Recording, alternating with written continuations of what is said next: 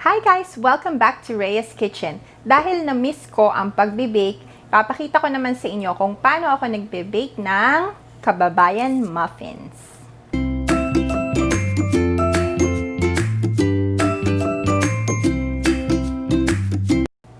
Guys, kagaya nyo din ba ako na mahilig sa mga Pinoy breads? For sure, siguro, marami sa inyo ang mga kinikilig at nakakaalala ng mga nakaraan ninyo habang kumakain kayo or sa bawat kagat ninyo ng mga Pinoy breads. So, itong recipe na to, talaga namang naaalala ko yung childhood ko kapag isang kagat pa lang nitong Pinoy Kababayan Muffin na to, naaalala ko talaga lahat. So guys, ipapakita ko sa inyo ang mga ingredients na gagamitin natin and let's get started. For our Kababayan Muffins, the dry ingredients that we need are cake flour, salt, milk powder, baking soda, and for our wet ingredients, we need vanilla extract, eggs, butter, oil. This one is actually corn oil, and evaporated milk. And to brush our muffin pan, we need butter or margarine, or better yet, if meron kayo, star margarine. So let's get started. So guys, napakadali lang gawin nitong Kababayan Muffins. Ang gagawin lang natin, pagsasama-samahin natin ang mga ingredients. So let's start with the dry ingredients. We have cake flour, and then our milk powder, salt, baking powder, baking soda, and then ihahalo muna natin yung ating dry ingredients. Yan.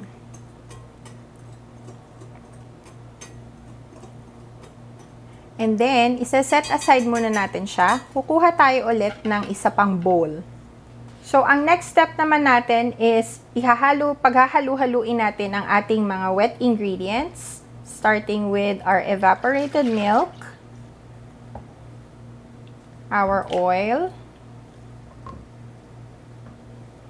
butter, melted butter nga pala siya guys, our vanilla extract, and our eggs. 2 eggs. So, lahat ng measurements na gagamitin natin ngayon ay ililista ko lahat yan sa description box. So, itong muffin recipe na to, it will yield about 12 muffins. So, if ang balak nyo, marami kayong gawin, pwede nyo doblihin ang recipe nyo. So, guys, once na nahalo na natin itong ating wet ingredients, ilalagay ko or magdadagdag ako ng brown sugar dito sa ating wet ingredients. So, ayan. Ihahalo ko lang siya hanggang maging well-incorporated na siya. So, kung gusto nyo din pala, pwede kayong gumamit ng, optional lang to, pwede kayong magdagdag ng yellow food coloring if you want. Depende yan sa inyo.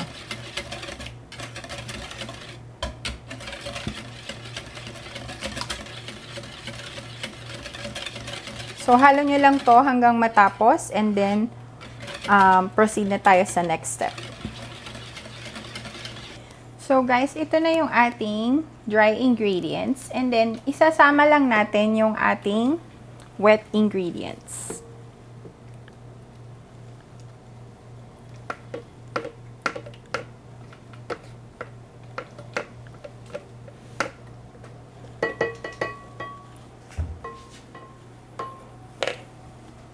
And then, with your paddle attachment sa mixer, ini-mix lang natin yung ating mixture. While we're waiting for our mixture, we can brush our muffin pan with butter. So guys, ready na yung ating mixture. Ita-transfer na natin siya sa ating muffin pan. Once ready na yung inyong muffin pan, na-brush nyo na with butter or margarine or star margarine, and ready na rin yung mixture, pwede na nating scoop ang ating mixture papunta sa ating muffin pan. So, ayan. Huwag nyo siyang pupunuin.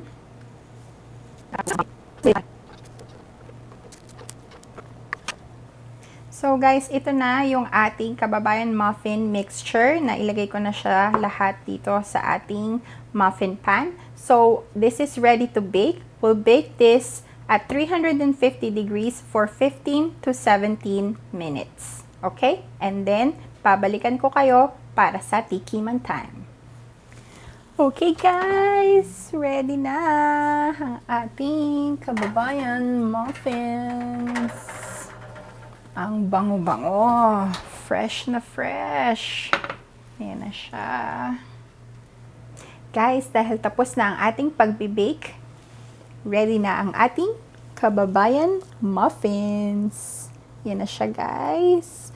Ang bango-bango.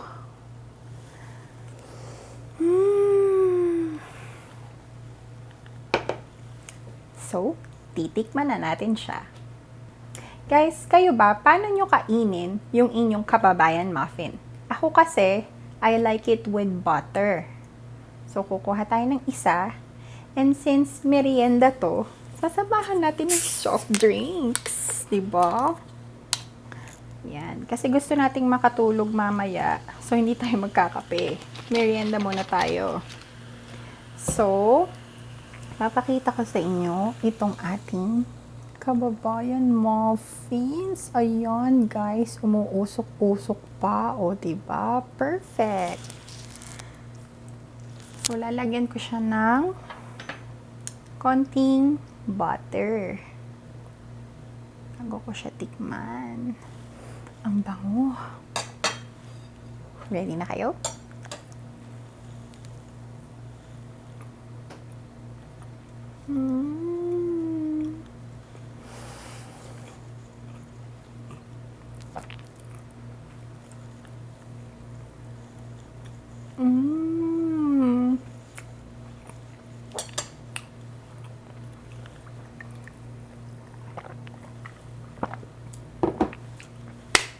Ang sarap niya, guys. Bumalik sa akin yung mga alaala nung bata pa ako na bumibili kami ng tinapay sa bakery.